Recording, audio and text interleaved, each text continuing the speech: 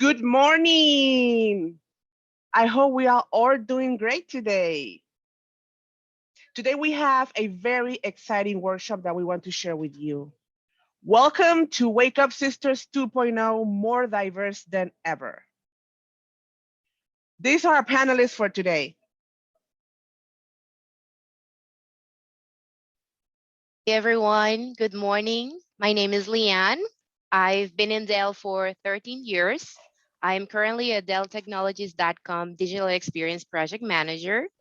My pronouns are she, her, hers. I'm a proud ally and the leader of Latam Remote ERG. Good morning, everyone. My name is Isuri Camacho, and I have been working at Dell for 5 years already. Sorry, my pronouns are she, her, hers. And my current position is Analyst Project Management for the Americas Deployment Services team. I'm also one of the co-leads for Panama ERG at Dell. And I'm honored to be one of your speakers. Hello, everyone. I'm Susie Gondola. I actually have 3 sets of pronouns, ze, her, she, her, and they, their. I'm the vice president of the Afro-Panamanian Youth Network, Red de Jóvenes Afro-Panameños in Spanish, and also a volunteer member of CIMUV Panama. I'm so thrilled to be here. Hello, my name is Anna Borg. I'm a psychology student, and I'm really glad to be here. Hi, my name is Regina Alfaro. My pronouns are she, her, and I'm a program manager for OEM Solutions at Dell and also program manager for Pride Panama ERG. Today we will be discussing stereotypes and challenges, female sexism, Black women view on society, motherhood, female sexuality, and right to an identity. So without further ado, let's get started with stereotypes and challenges.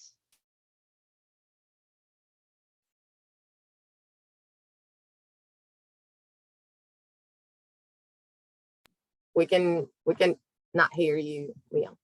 I see. Sorry. So again, good morning, everyone. As you have heard, we are going to discuss today how stereotypes affect diverse women. But first, let's understand what's a stereotype. According to the Office of High Commissioners for Human Rights, a gender stereotype is a generalized view or preconceptions about attributes or characteristics that are owed to be possessed by women and men, or the roles that are or should be performed by men and women. There are 4 kinds of basics of gender stereotypes. Personality traits. For example, women are often expected to be accommodating and emotional. Domestic behaviors. For example, some people expect that women will take care of the children, cook, and clean the home while the man is out working or making the money. Occupations. Some people are quick to assume that teachers and nurses are women and that pilots and doctors and engineers are men. Physical appearance. For example, women are expected to be thin and graceful. We're expected to dress and groom in ways that are stereotypical to our gender. Here are some examples of gender stereotypes. When we are very little, we start hearing that girls should play with dolls and that we should like pink and wear dresses and be well behaved. When we are all grown up, we're still hearing these stereotypes, but they are changing. Like women are natural nurturers, women with children are less devoted to their jobs, women are too emotional, that there is something wrong with a woman who doesn't want children, and that assertive women are unfeminine and are bossy. How do we end this gender stereotyping? You want to be part of ending gender stereotype? Here are some call to actions. Be aware of sexism. Question certain stereotypes that we take as normal, but which are social constructions. Deal with issues of equality without complexes. Ignore third-party criticisms or pressures in addressing equality issues. Join forces for equal education. The more people involved in this type of education, the more effective it will be. Think laterally. reinforce children in their preference, regardless of whether they correspond to what the stereotypes make us expect. Point it out. Magazine, TV films, and the internet are full of negative gender stereotypes. Talk with friends and family members about the stereotypes you see and help others understand how sexism and gender stereotypes can be hurtful. Be a living example. Be a role model for your friends and family. Respect people regardless of their gender identity. Create a safe space for people to express themselves and their true qualities regardless of what society's gender stereotypes and expectations are. Speak up. If someone is making sexist jokes and comments, whether online or in person, if it's safe, please challenge them. Now, let's review some of society's stereotypes for women. Here are some examples of the stereotypes that society has assigned to lesbians. Lesbian hate men. Actually, I found that often the opposite is true. A lot of gay women I know have tons of guy friends and find that they get along with guys as well as with girls.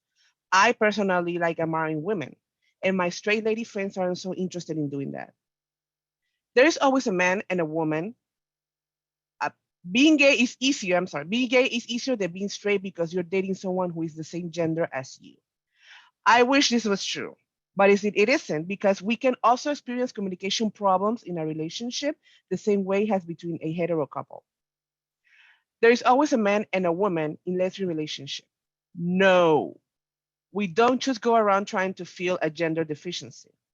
Who we are attracted to doesn't have a whole lot to do with how we ourselves look, rather that it has to do with who we are attracted to. Lesbians have daddy issues or were sexually abused as kids. My sexual preference has nothing to do with my trauma or some kind of damage that happened to me as a child. If you're a lesbian, you've never had a meaningful relationship or been in love with a man. This is hard. This is a hard one to make people believe, but it isn't true. If you're not attracted to men, you are not attracted to men, period. And no Henry Cavill or Chris Evans is going to change that. Lesbians get committed really fast and don't cheat. The old joke that a lesbian second date is renting a U-Haul is dumb. Like straight couples, some become a we very fast and some don't. Oh yeah, and you know how promiscuity happens in some hetero relationships and not in others? Surprise, that also happens with lesbian couples. Let's just stop stereotyping women as commitment obsessed and clinging craziest. Women who like women are just dying to take part in a threesome. Obviously, this varies depending on the person. I myself do not want to share my girlfriend with anyone. And something I always respond to a hetero woman when this topic is brought up is that my involvement in her sex life isn't going to make her boyfriend love her more. Lesbians don't wear lingerie. Wrong again. Girls wear sexy underwear for their boyfriends, and girls wear sexy underwear for their girlfriends. Simple as that. It's just a phase. Now, nothing provokes more anger in me than the old "it's just a phase" thing. It's hurtful and offensive because ton of thought, anguish, and emotion went into figuring out my sexuality. To dismiss it as a phase is also to say I wasted months of my life thinking about something that isn't real. Like a lot of these other misconceptions, you wouldn't say it to a straight person, so don't say it to me, period. Now let's hear Susie and a couple of examples of non-binary and bisexual stereotypes. Thank you, Regina. So non-binary and bisexual people experience the same kind of discrimination. People think that we don't want to choose. If we are non-binary, others will attack us saying that we should choose within the gender binary. Either you're a man or you're a woman, but choose. I personally live in a semi-urban area that is basically the center of the whole country, where many people come and go, and I have to experience the same discrimination over and over. Listening to strangers saying to me out loud, "What is that thing over there?" The same choose one over the other rhetoric can also be applied to bisexuality. You should be gay or you should be straight, but it is greedy to be both.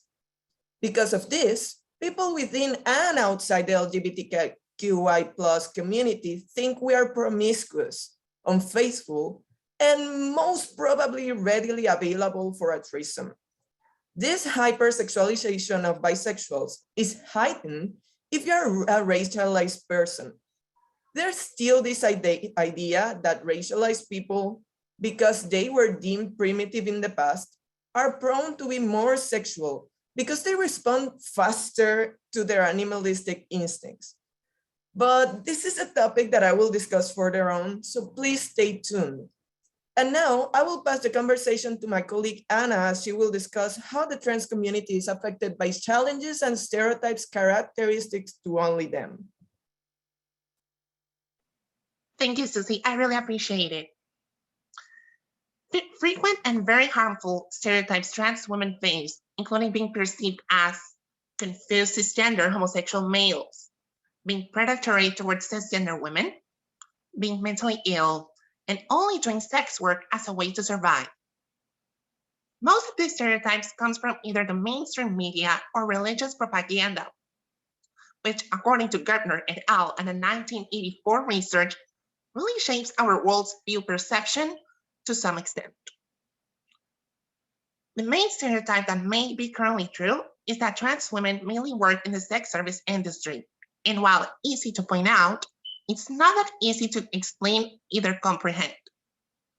This mainly happens because of the lack of equal job opportunities offered to trans women, like a constant cycle of abuse. It is very well known that trans women are also at higher risk of being trafficked. This is so prevalent in this population because many of them are kicked out from their homes at a very early age. And with no other methods or means to survive, they become the perfect target of sex trafficking rings. Now that we have discussed this, I would like us to explain about female sexism. Thank you. Oh, thank you, Anna, and welcome everyone again. I will be talking about a little bit about internalized sexism and some aspect that definitely we need to take care of it. Regarding the different stereotypes we might have as women, I would like to share with you a topic that should be included in all women's group talk, and it is internalized sexism, just how I mentioned earlier.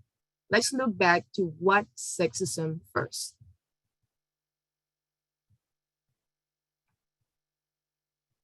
The next slide, please. Thank you. Sexism is a discrimination against a person or a group based on their sex or gender. It primarily affects women and girls, and it is the root cause of gender inequity worldwide. It can lead to a wide range of harmful behaviors, from acts of violence to subtle comments that reinforce the stereotypes, just like the ones we heard previously. We can see that sexism can be combined in behavior, speech, writing, image, gestures, laws and policies, practice, and traditions. Examples of sexisms we can mention using generic masculine terms to reference a group of mixed gender, such as mankind, men, guys, or using the singular masculine pronoun he, his, him as the default to refer to a person of unknown gender. Sexism can operate on different levels in society.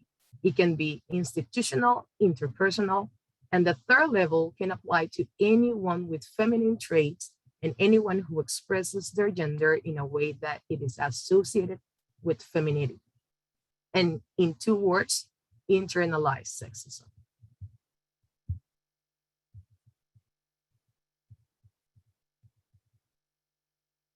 The internalized sexism takes the form of sexist behaviors and attitudes enacted by women toward themselves or other women and girls.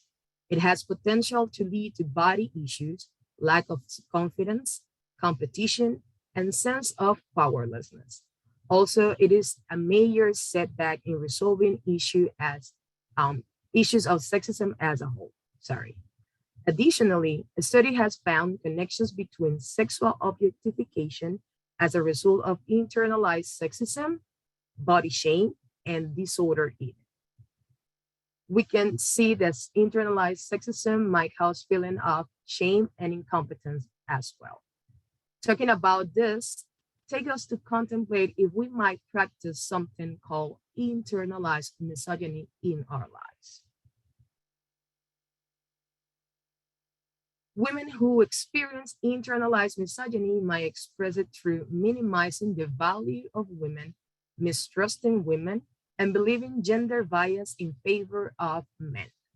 I would like to highlight the part that says that internalized misogyny refers to the byproducts of this societal view that cause women to change, doubt, and undervalue themselves and other of their gender. It is important to be conscious of this and to be conscious of your thoughts and ideas, not only about other women, but also in regards to yourself. We are immersed in sexism and gender stereotypes from the start. Women must stop misrecognizing sexism as the behavior and practice of men alone. Our journey to transformation comes with the acknowledgement of our complicity in what appears to be the ultimate example of banality, men protecting women. However, if we are committed to gender equity and social transformation, we must look inwards to interrogate the socially approved form of violence in our lives. Traditionally, we have been taught to be competitive with one another, and we have heard it all. If you already made it, don't unintentionally haze other women by putting them through the same challenges you face over the course of your career. Send the elevator back down. And for me, it's very important for me to share with you some actions that we can start take to break the female bravery. And I will mention some of those actions that we can start taking. Help women through mentorship. It's one of the most important things that we can do, because just like I mentioned before, if we already did it, we can help other women to create their career as well. And remember, women alone has power. Collectively, we have impact. And now I will pass it through to Susie, if I'm not mistaken, that will be talking about some Black women view on society. Thank you, Isuri. And now for everyone, I'm going to ask a question we all know the answer to. Are bread, ham, cheese, and spread a sandwich? Now, be careful, because I didn't necessarily say the word make. I asked if these ingredients separately are what we think of a sandwich. You can leave it in the comments below to say what you want, but I personally don't think so. I cannot eat these things separately and call it a sandwich, as much as I cannot talk about either race or gender when I am talking about myself. And as the millions and millions of people that live within the confines of what this massive word intersectionality is, I am going to dare to decolonize your minds within the next minutes. Next slide, please. Thank you. So basically, intersectionality is the crossroads our identities form. I am a woman, yes, but I am also a Black woman and a non-binary woman and a bisexual woman on top of that. I cannot go through the agony or joys of one without the other. And then when we talk about race, we must talk about how the ladder climbs and how the hierarchy works. Historically, on top, we got the white cis heterosexual male, and then everyone else. Race, sadly, have been an excuse of wealthy males of the past. And let's refer to this term as the one on top of the hierarchy. And these males across history have tried to erase all the cultural legacy of biracial women of color, culture, and livelihood. He was thought to be the pinnacle of civilization, and their white women the second in the pyramid, but in the words of Sojourner Truth, ain't I a woman? We women, especially biracial women of colors, have brought the world upon our backs and led history with the same intensity of others, but our legacies are eternally erased because they were deemed too savage and uncivilized, and it is constantly trampled upon, stolen, and appropriated.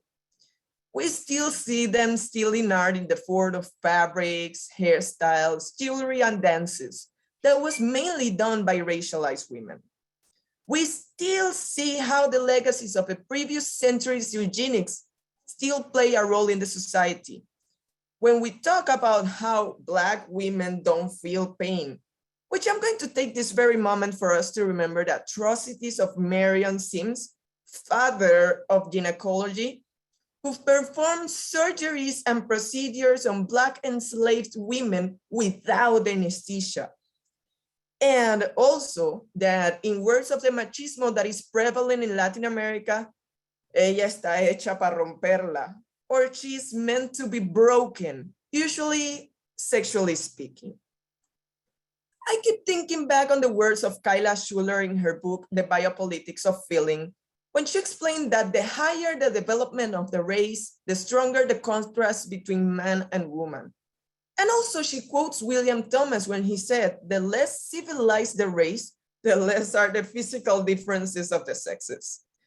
In here, they were talking about how the hierarchy deems unnecessary anything that is not white.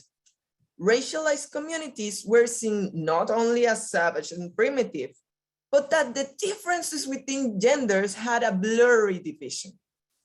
We see here not only the clear distinction, within this man and his woman are the pinnacle of everything, but everything under it was chaos, where man could be woman, woman could be man, and there were folks that in between that could not be named anything by them. And this chaos, this chromophobia, as David Batchelor brilliantly called it, is the genesis of why we still have to talk about race when talking about gender, LGBTQI plus rights, and everything of the sorts.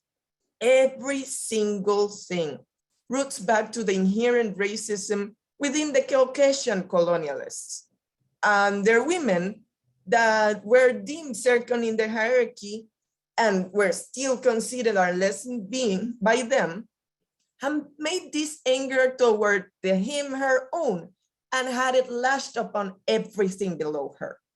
For example, how these women would humiliate and be violent against her enslaved people, how they would erase Black and biracial women of color in their suffragette movement, how segregation came to be for around 100 years until the 50s, how we still have to fight for things like not having our hair touched or not being taught that we are incredibly good in bed.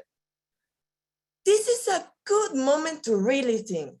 If I'm not white, am I angry about everything I just heard? What am I gonna do about this? And if I am white, what am I going to do about this? Am I offended or am I just angry? I invite you all to listen to fellow feminist Chimamanda Ngozi Adichie, and excuse my butchering of her lovely name, when she says why we should all be feminists. Now, don't lose this train of thought because I'll leave you with Leanne and how history has perpetrated Black women's sexualization. Thank you, Susie.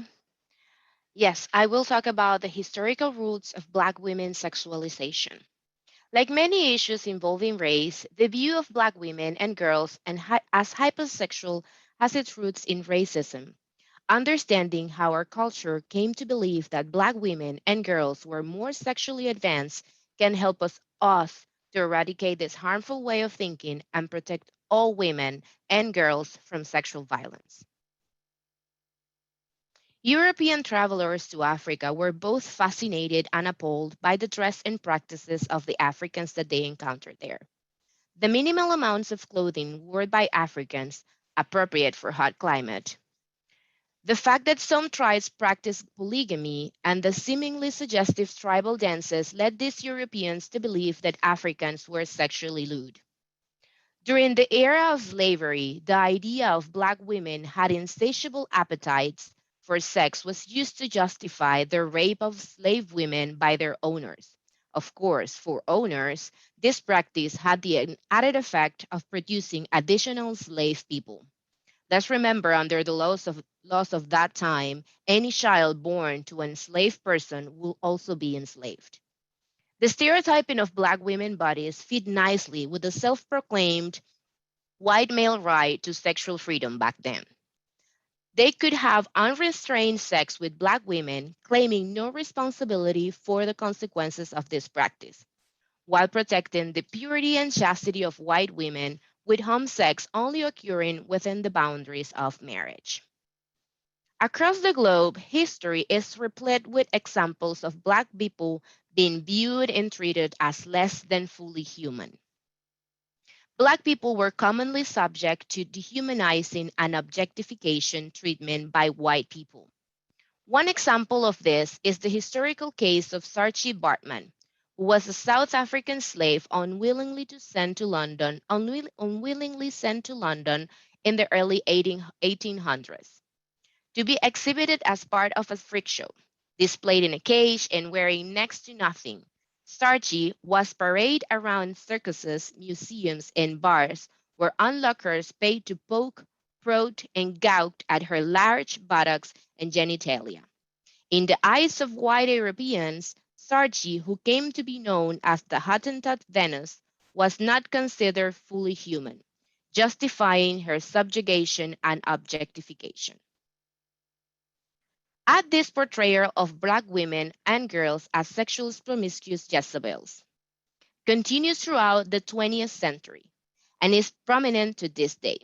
Memorabilia from the 1900s often show Black women and girls as highly sexualized. Fallen women, when they weren't being showed as mommies, the point being made was clear and not subtle at all.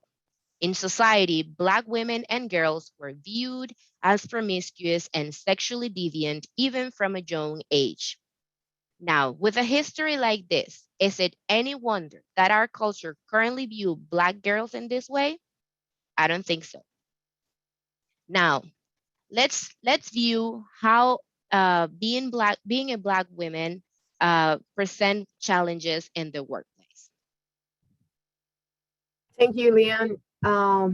Well, in gender workplaces, leaders are stereotypically seen as confident, competent, decisive, forceful, and independent. Men are stereotypically seen in precisely the same ways. As a consequence, men are regarded as natural leaders, but women must overcome serious challenges to be seen as competent, confident leaders. Gender bias makes career advancement harder for women than men, but women whose social identities are different from the dominant workplace expectations encounter additional obstacles, such as being forced to conform to cultural norms that might be against their social identities and encountering biases in addition to those about gender.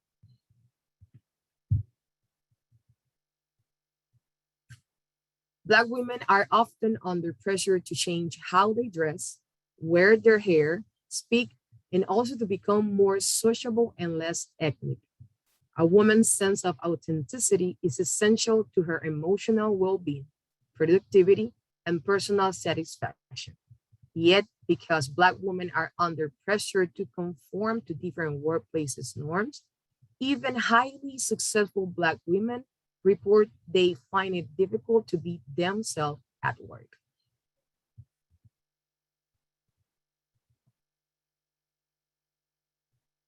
The pressure that Black women feel to conform to others' behavioral norms is the result of the expectations that everyone in gendered workplaces will conform to these norms. But for Black women, racial bias is loaded on the top of this general expectation. There is no denying that in comparisons to men, women face significant workplace discrimination, but women with non-dominant social identities, whether they involve ethnicity, sexual identity, age, or motherhood status, face additional source of discrimination. Therefore, in thinking about women and work, we must always remember that women do not come in only one flavor. And depending on their distinctive social identities, they can face very different obstacles as they seek to advance in their careers. Personally, I don't like to idolize a perfect world. However, we do have the capacity to respect, understand, and value our difference as women by managing our emotions in a positive way, communicate effectively, empathize, diffuse conflict, among others. And yes, I'm talking about emotional intelligence because remember, empowered women empower women. And just like one of the slides says before, we are awesome.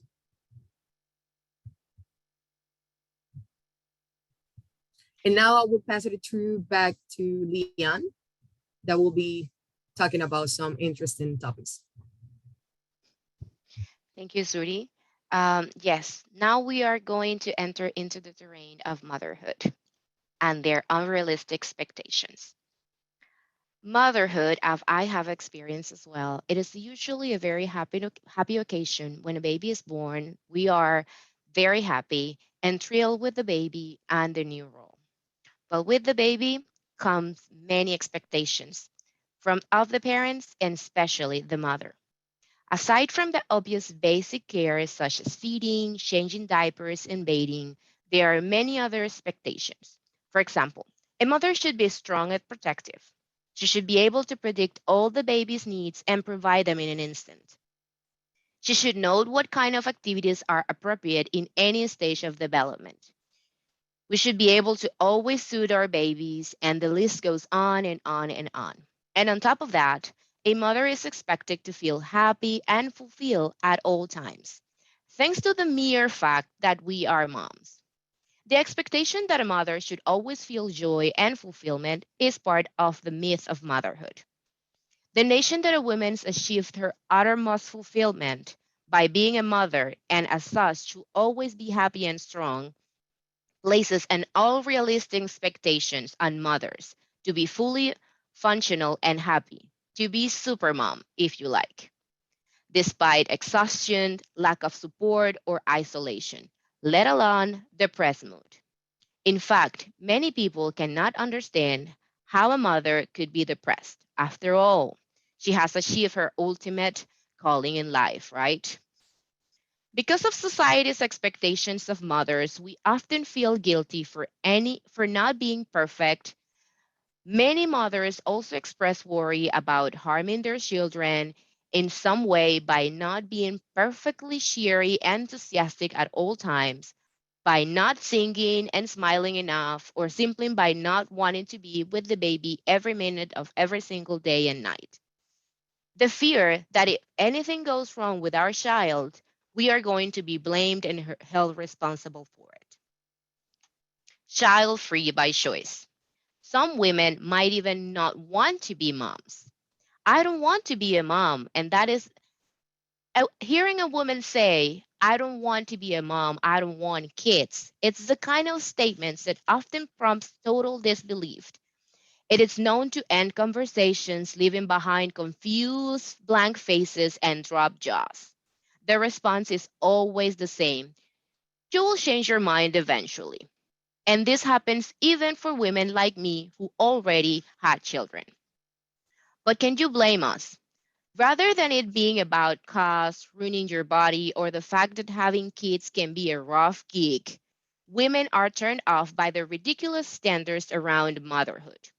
You would think that it was about the scary deal that can be having a kid, but it is mostly for a lot of women about what the idea of motherhood is like and what the standards are like. The perfectionism around mothering is unachievable. As I have mentioned before, there is this kind of cultural idea that that as a woman, you are supposed to want to nurture and care for. So when you say, I don't want to do that, it's like you are not a real woman. Women without kids don't just face judgment and scrutiny, they can also be socially excluded. and not just during the childbearing years. It continues throughout the life. Ultimately, the freedom to choose one way or the other is something we should celebrate. But just how free that choice actually is. Now we will have Anna explaining how pregnant women and maternity really works around. Thank you. I really appreciate it. There are several things and issues in really and actually a systemic level, both legislative, legal, and healthcare related. One of them are the lack of laws being compliable with pregnant women and maternity leave arrangements.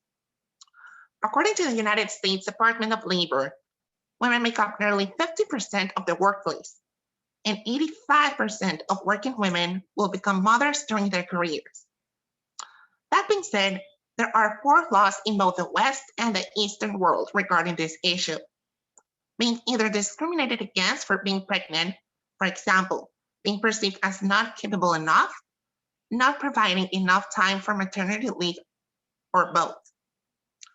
According to a study conducted by UNICEF, 1 in 2 women worldwide felt that they were discriminated against for their pregnant status.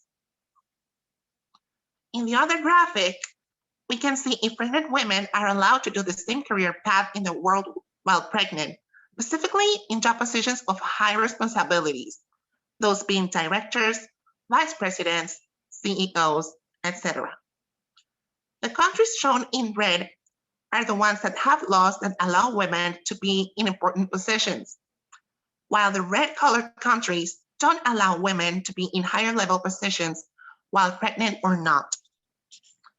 Taking these results into account, it is proven that one of the main reasons why women are not allowed to be in higher job positions is because men would be afraid that she would end up pregnant.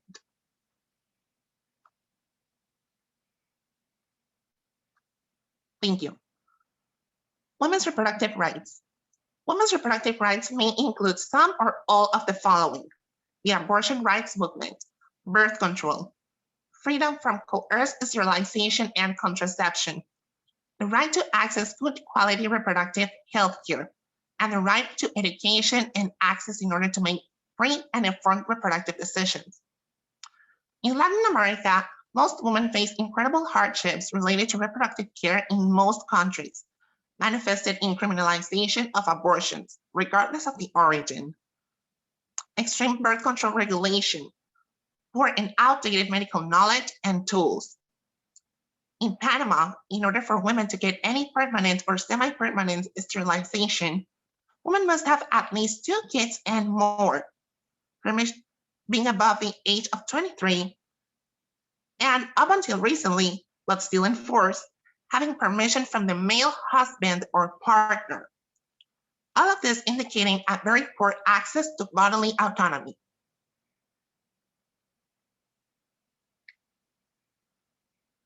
Gender health gap.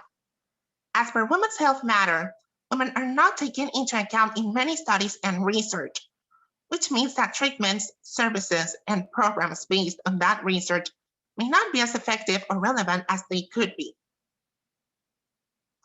There is also a high prevalence in reports that due to the false belief that women tolerate more pain than men because of childbirth, when in pain or manifesting symptoms of something, they are often dismissed and viewed as they are exaggerating. This is very dangerous because it increases death rates, undiagnosed and untreated illnesses, and overall lower life quality. This is especially true for women of color in Western societies. In the picture showed, it is explained that even though men and women navigate the same healthcare systems, their experiences are vastly different. Women tend to not be believed while in pain because we're perceived as traumatic and emotional. Women are also having a lower chance of getting painkillers post-surgery. In reproductive care, women of color face high levels of discrimination in comparison to white women. For example, this being manifested in doctors collecting fewer eggs while doing IVF procedures. Another example listed in the picture is that according to a Canadian survey, Around 500,000 of Canadian women deal with endometriosis and adenomyosis. And on average, only 10 years of constant battling, research, and different medical professionals' opinions, they are finally diagnosed. Delayed diagnosis can lead to lifelong complications, including various types of female reproductive cancers. The other point made on the picture is that cardiac issues manifest different in men and women due to hormones. However, most research is done in males. This also happens in several other disorders, regardless of them being psychological or physiological. How can we change this? The main tools we have are educating people with these topics, albeit being perceived as taboo in many cultures and societies. It is vital to create and provide tools for women and healthcare specialists to either treat the conditions, assist them through medical procedures, guidance, and counseling in the pursuit of legal justice if necessary. Now, we're going to be discussing female sexuality.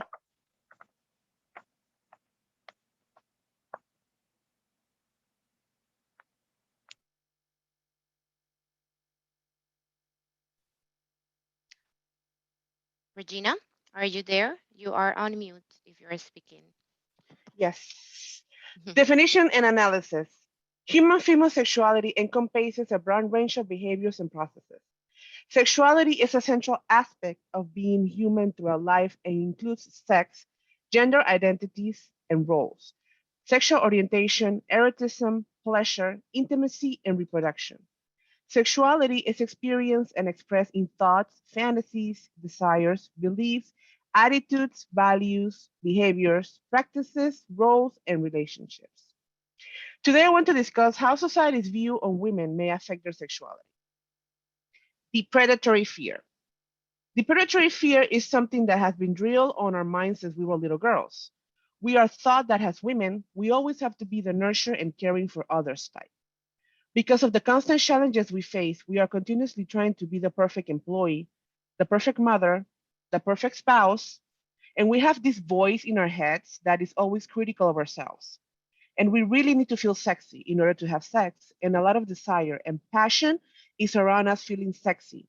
And this voice in our heads is constantly telling us we are not sexy enough, we are fat, we are not desirable, etc. Therefore, we limit ourselves and we get to a point that we do not enjoy our sexuality. Female sexuality should be massively narcissistic. This is the opposite of the caring for others, of feeling responsible for others. Why? Because if we can think about ourselves when it comes to this topic, then we can enjoy our sexuality more comfortably. And in order to think about ourselves, we need to like ourselves. Hence, we can't constantly be listening to that annoying critical voice. We need to shut down this voice from our heads. If we start to think about everything that is not good enough or that we do not like of ourselves, we will end up shutting down and dismissing our own sexuality. Do not compare yourself to other women. All women are sexy in our own specific way, and we all deserve to celebrate and enjoy our sexuality. We don't have to have a perfect body to be able to enjoy our sexuality.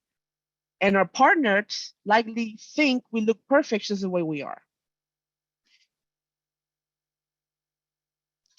Here are some taboos concerning female sexuality. Women don't discuss their sexuality. Men comfortably discuss their sexuality while far lesser women don't do it. This is due to the instilled shame.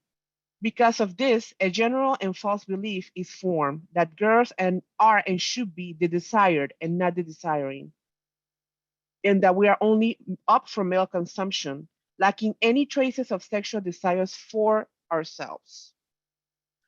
Women are not and should not be desiring beings. This misconception roots from an essential patriarchy framework, which is based on the dynamics of power where man is the provider and woman is the receiver. Men who has grown up in an extensively patriarchal conditioning will always want to be the dominating sexual partner among the two. His desires and dominance will overshadow that of the woman's. We don't masturbate. This myth is created and sustained on the premise that women don't have desires independent of a man. Secondly, a woman touching herself is immoral. And third, only a man is capable of and should be involved in satisfying a woman. Women don't watch porn. Without a doubt, the mainstream porn is made for the consumption of male audiences. And this is exactly what highlights how the porn makers never felt the need to make sex positive pornography, spreading the unequal power play in cis sexual relationships and assuming women to be non desiring beings. He is a stud, she is a slut. For men, frequent sexual activity is more expected and evaluated more positively than for women. Women are penalized more than men for self promoting behavior and for speaking in a direct and dominant manner. Traditionally, men are expected to be sexually active, dominant, and the initiator of sexual activity, while women are expected to be sexually reactive, submissive, and passive. In fact, traditionally, men are granted more sexual freedom than women. After discussing our sexuality, now we can take a look at our rights to an identity.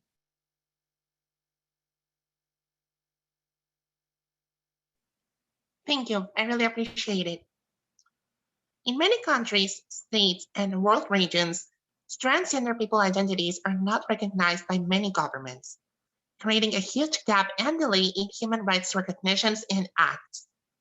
For instance, in Panama, in order for transgender people to change their names, the law states the following: having at least 3 different certificates from 3 different entities that confirm one's chosen name and gender role for at least 5 years. This creates a legal loophole, since most certificates, receipts, and legal documents must be under the birth names person, no exceptions. While in order to change a person's gender marker, they must be examined by a forensic doctor, and that doctor would determine what they perceive you as. As explained, these methods lack any consistency and are very prone to corruption cases, bad practices, and harassment. In my personal experience, I've dealt with multiple cases of trans people trying to change their legal documents and experiencing incredible hardships while doing it. One of them was that she was done with everything. The court approved of her name change, notified the lawyer, but the lawyer never notified her. After 2 years, she went to the court where they told her her papers have been ready for 2 years. Another case is the one of a very young trans woman. She started her transition during her teenage years, yet her family was not very supportive of her at the time. As soon as she turned 18, she tried to change her documents, but the court denied her the right to do it so because of her short age and lack of evidence. Her legal processes lasted for 6 entire years.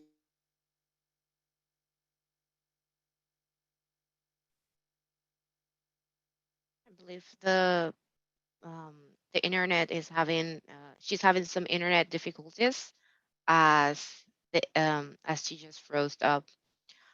Uh, Anna, okay. Let's move into Susie's point of view while Anna's internet comes back. Thank you, Leanne.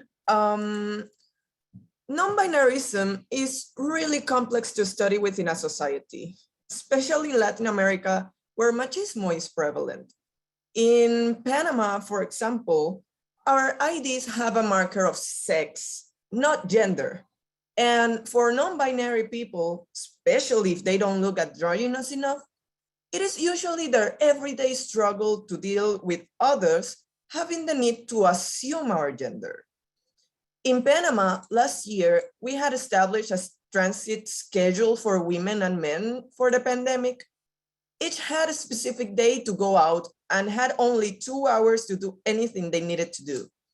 And this was controlled with the last digit of their ID number. Sadly, this was a deterrent for gender non-conforming people like me because we firstly had to be subject to the humiliation of having someone, most of the times a police officer or a security guard, assume our gender. These kind of incidents are not new within these communities.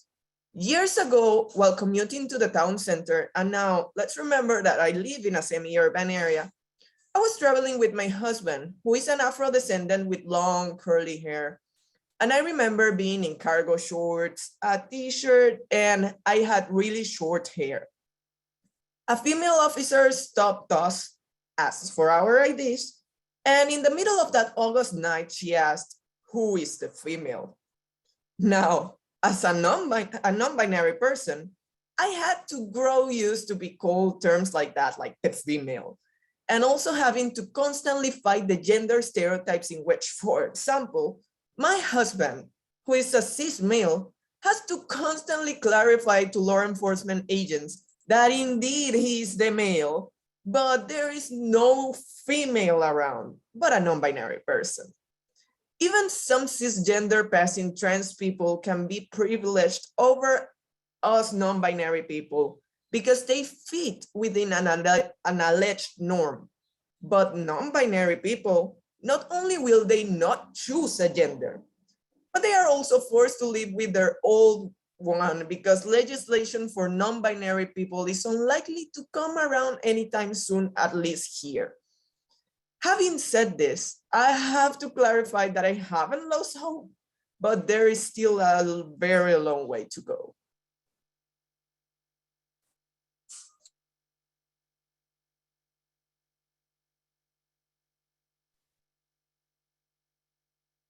Now we will open for Q&As. And Regina, let's Okay. since Anna had sure. internet connections before, let's allow her to complete her dissertation and Sure.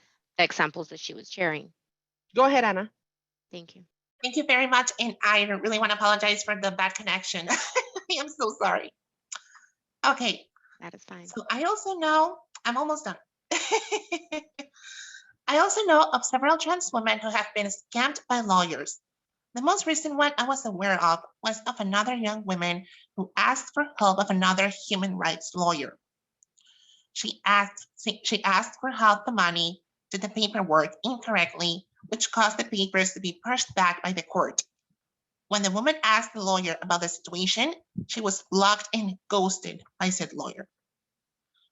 The most recent case I've dealt with was of a 20-year-old trans woman who unfortunately is very low income. She was offered help by a human rights advocacy organization. Even though they did the paperwork correctly, they did not follow up with the case, causing the mention to be paralyzed by the court. She later contacted me in deep despair, asking for help regarding her case, which I accepted. It turns out the documents were placed on hold by the court because of the lack of follow-up. Fortunately, she got her renewed ID 2 months after I made the contact with the court. The Panamanian government is in extreme debt with the trans community, especially after the COVID-19 pandemic restrictions. One of the very few countries in the world, Panama decided to segregate the days where women and men could go out grocery shopping.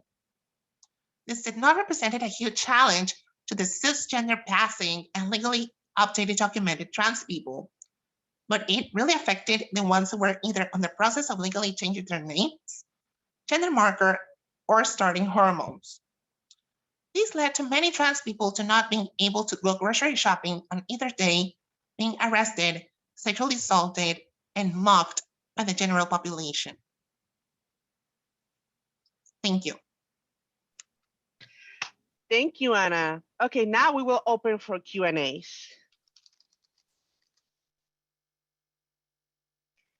If you have any questions, you can pop them on the Q&A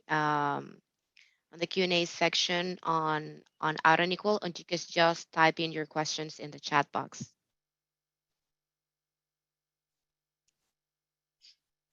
Okay.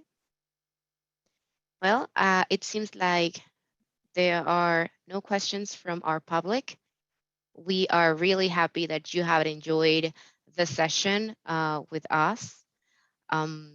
We see all the comments that you have shared with us. all the point of views and your own experiences as women and going through motherhood. Some women actually express on chat, um, and they were discussing about the actual choice or right to not have children and be child free by choice. So I thank you girls for and ladies for sharing all of this and your experience on birth on birthing and everything. So I Lian, don't know There are if you some guys questions. yeah, oh, there we are have a some couple. questions. Yeah, we have a Oh, couple of great, questions. Yeah. great. Let's go Question: over them. Sam Master says, non-binary person. How do I respond when people want me to prove I'm not a female identity? That's an excellent question. I think that question is especially for me. Yes. I think so. I think so. Just a small hunch, just a small hunch. Okay, I think that there's this notion that if you are asked something, you have to answer. We don't owe anything to anyone. For me, I wouldn't even answer that question when I'm asked, like, are you a female? Are you a woman? I think it's rude to comment the same way people ask, like, why are you fat now? Or what have you been doing with your body? Or why are you with this person? Okay, I don't think we owe anyone an explanation unless you want to answer. If I would want to answer, I would just say, like, I am me, I am myself, and that's enough gender to prove. Thank you, Susie. Next question. Have any of you thought about leaving Latin America? I I mean, I personally can take that. I'll be honest with you. Yes. I've had several discussions with my girlfriend about that. Specifically, we're looking to one of the part of the research we did was actually the LGBT rights and laws protecting and giving us our rights in Europe. And right now we're closely looking at France. And yes, we definitely have that. It's not that we are giving up on Latin America, but for us, it's more about, we want to raise the family, and we feel that it's better to do it in a place that we have laws protecting ourselves, and we can actually put that up front when educating our kids. That's my point of view. I'll leave it open for the rest of the girls. Yes, I think that and get in touch with other cultures always embrace who you are. I think that it's a good way to start knowing ourselves by putting us in different situations and moving out from the place that we consider our home or our place will create a lot of new thinking and new criteria for us. But personally, I think that I still have a lot of things to do in my country and I want to be part of that story in my country. So I will go to visit, but not moving out to not moving from my country. I love Panama. Thank you. Next question. What advice do you have for those who want to be male advocates? Well, I will refer them to what we previously discussed about whenever you are in a situation, how to end gender stereotypes. Whenever you are in a situation when you hear or you are reading or listening to a conversation or some of your friends or family members that are expressing hurtful stereotypes and expressing hurtfully about a woman, either you know this person or you don't know this person, it doesn't matter. You should be able to speak up and tell others that this is not correct and how it affects women. It is in everyone's power to be an ally. And you can be a women ally by standing up for us and correcting others when they are misspoken about a woman. I don't know if any other of you girls want I to would add only anything. just add, yes, I would only just add to that, like, if you hear misogyny from your male friends, call out to it. it will be very bad for your relationships in the beginning, but that's what about it. Calling out to misogyny, calling out to racism and all these things is uncomfortable, okay? It's uncomfortable, it will make people angry, but this is what it is about. If your male friends are mad about it, or if you feel mad about it, imagine us that we have to suffer from it all the time. So call out to your friends, call out to your colleagues, call out to your family members. And if you don't know the information, well, Google it, because there's a lot of information out there. I also think that a very good way is to listen. Listen to our voices. Listen to what we have to say. It gives a lot of insight of what we go through on a daily basis, and it really makes us all actually more empathic. Thank you, ladies. Next question. What can we do to help break the executive top level domination of cis white men and help get more women and POC in top level management in the workplace? Great question. Yeah, definitely a great question. I will give you my point of view, and I think that we need to be fair and give anyone or give anyone what they deserve. I think we are capable of do more in our workplaces, but we need to start erasing our biases. We need to start seeing the people by their gender or by their color of the skin and just appreciate the potential that they have as human. We all have the capability to learn new abilities. So one of the things that we need to start interrogate, how do I see a person just by the color of the skin? Do I have a preconception of that person or how that person should act or how that person should be according to the color of the skin or the cultural background that the person might have? So start interrogate ourselves a little bit more and give the opportunity to the people that deserve their opportunity, because we all have the potential to do more in our workplace. It's my point of view. Yes, that is correct. It is also, I will also say, just to add to Isuri's answer, we often doubt ourselves when applying to a position because we think we don't have all the requirements need for this position, and we hold ourselves back because we don't think we are good enough for this position. We should stop doing that. Have you ever heard a man reading a requirement for a position and doing a checklist, and out of 10, he doesn't have 6 of the requirements? Do you think they don't apply? They do apply. So we need to start doing that. We stop ourselves when we see a position we want. We are so afraid that we're not gonna do good. And most of the time, we are great. We are awesome. We know everything. The interview is very important. But we stop ourselves because we have that inner thought that we are not good enough. So we need to push that down. We are awesome. We are great. Yes, we are good enough for that CEO position that you want. Go after it. Go for it. Definitely. Tell it to the back, sister. I hear you. Okay, next question. Is it okay to ask pronouns? Yes? Yes, it is. Yes. It's more than okay. It's more than okay. It's very respectful. Not only ask, be open-minded about it. In my case, my pronouns are ze, zer, and those are neo pronouns, supposed to be new pronouns because actually Z comes back from the 1700s and it's used back again.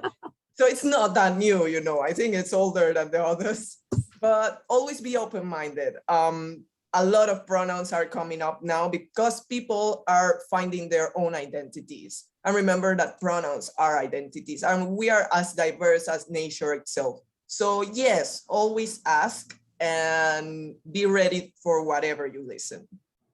Great. And Mario's asking, is there any book or something you can recommend to understand more about the non-binary gender and how to educate the old generation about it? I saw that you gave an example. Susie, do you have any more reading material, documentaries? That maybe we can share later on.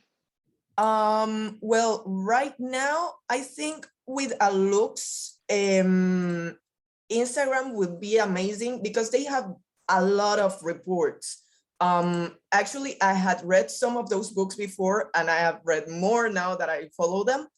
And I think it would be a great starting point, especially to decolonize your mind and to understand a lot about how non-binaries, how MBs are presented so diversely in the world.